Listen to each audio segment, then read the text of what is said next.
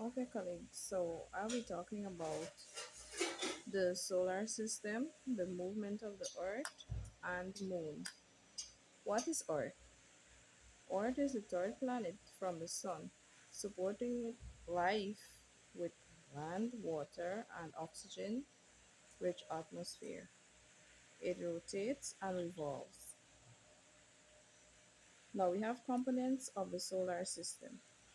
The solar system is a vast region which contains the Sun and everything that orbits it. The components includes the Sun, which provides light and energy, and 8 planets that orbits it: Mercury, Venus, Earth, Mars, Jupiter, Saturn, Uranus, and Neptune.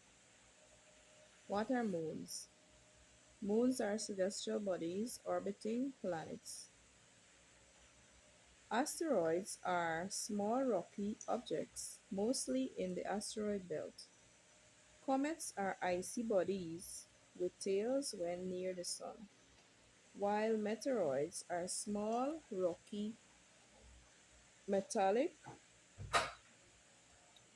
objects in space. A special good evening to our tutor, Ms. Safina Dionarain, and my fellow colleagues.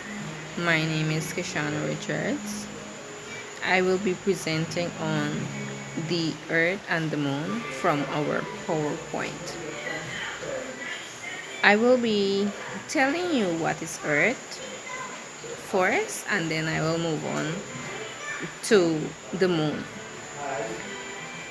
What is Earth? Earth is our home. We all know that. It has land, water, and air, and it's where we live, play, and grow. Now, what is a moon? A moon is a natural object that orbits a planet. It's like a big ball, a big rock that is in space. It goes around a planet. It's similar to it's very similar to how the Earth's moon goes around Earth. I will be explaining a little bit about the rotation of Earth and the Moon. So both Earth and the Moon have a specific rotational periods that dictates phenomena observed from their respective surfaces, impacting everything from timekeeping to ocean tides. Period of rotation that the Earth takes. The Earth rotates on its axis approximately once every 24 hours, leading to the cycle of day and night. It specifically takes about 23.93 hours from the Earth to complete one full rotation r- relative relative to distant stars sidereal day, but because of its orbit around the sun, a solar day based on the position of the sun is about 24 hours. The rotation of the moon also rotates on its axis approximately once every 27.3 day, which is the same time it takes to orbit Earth. The synchronization is known as tide locking.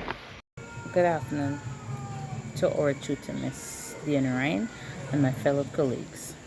Okay, this afternoon I will be presenting on tides influenced by the gravitational pull of the moon. Okay, the moon gravitational pull causes tides by creating bulge in the ocean's water. The bulges are responsible for the high tides, while the low points are low tides. The moon gravitational pull of the water on the Earth's sides closest to it, creating a bulge. The moon's gravitational pull on the Earth on the opposite sides of the Earth creating another bulge. The moon distance from the earth affects the height of the tide. When the moon closest to the earth, the tides are higher than average. When the moon farthest from the earth, the tides are lower than average. Spring tide. When the earth's moon and the sun align, the gravitational pull of all three of these bodies combined create a larger tide called spring tide.